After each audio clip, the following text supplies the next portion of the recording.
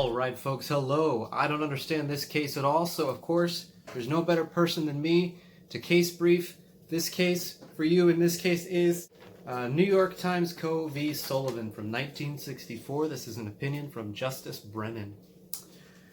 All right, so this organization took out a full-page ad in the New York Times. It was a fundraising ad in March of 1960. It charged that there was an unprecedented wave of terror against blacks engaged in nonviolent demonstrations throughout the South, which is very poignant given the time that we live in. Sullivan sued the New York Times and several black clergymen who had signed the ad.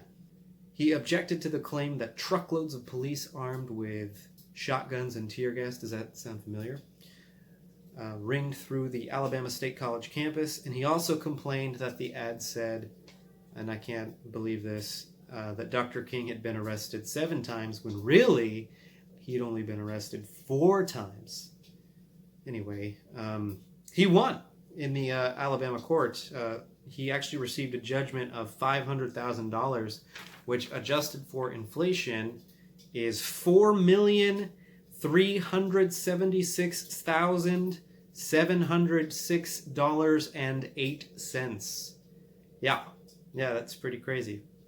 So the Supreme Court is considering this case, and this is a free speech case. Obviously, it's one of the primary issues is what extent exactly do constitutional protections for speech and the press limit a state's power to award damages in libel actions that are brought by a public official against people who are criticizing his official behavior, his or her official behavior. So this is a long holding, a long, complex holding. But first, let's talk a little bit about Alabama libel law and why it was so messed up in this case. Alabama had per se rules, which meant that basically the defendant could only get off the hook and not have to pay damages if they could prove that everything they said was absolutely true. Which is a lot of what's at stake here. First of all, the holding of this case was that they took it down. They unawarded the damages to Sullivan, and they made a whole bunch of other statements too. Basically, do you forfeit some of your First Amendment protections just because some of what you said was mildly inaccurate?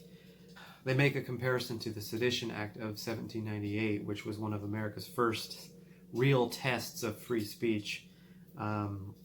Really unpopular decision by the Congress, signed by John Adams, where they levied fines of about $2,000 to anybody who spoke against the government, which is about $30,000 in modern money.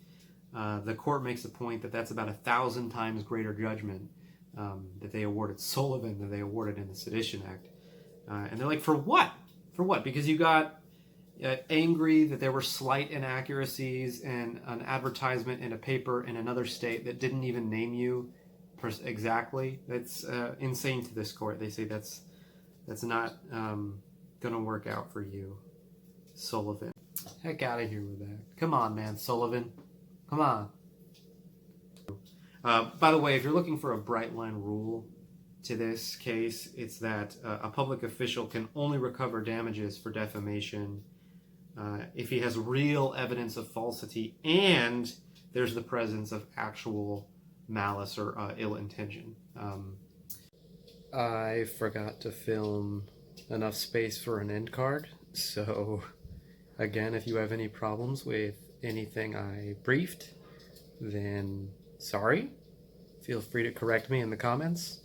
Like and subscribe, which will be here and here. Gonna give a few seconds. All right, bye.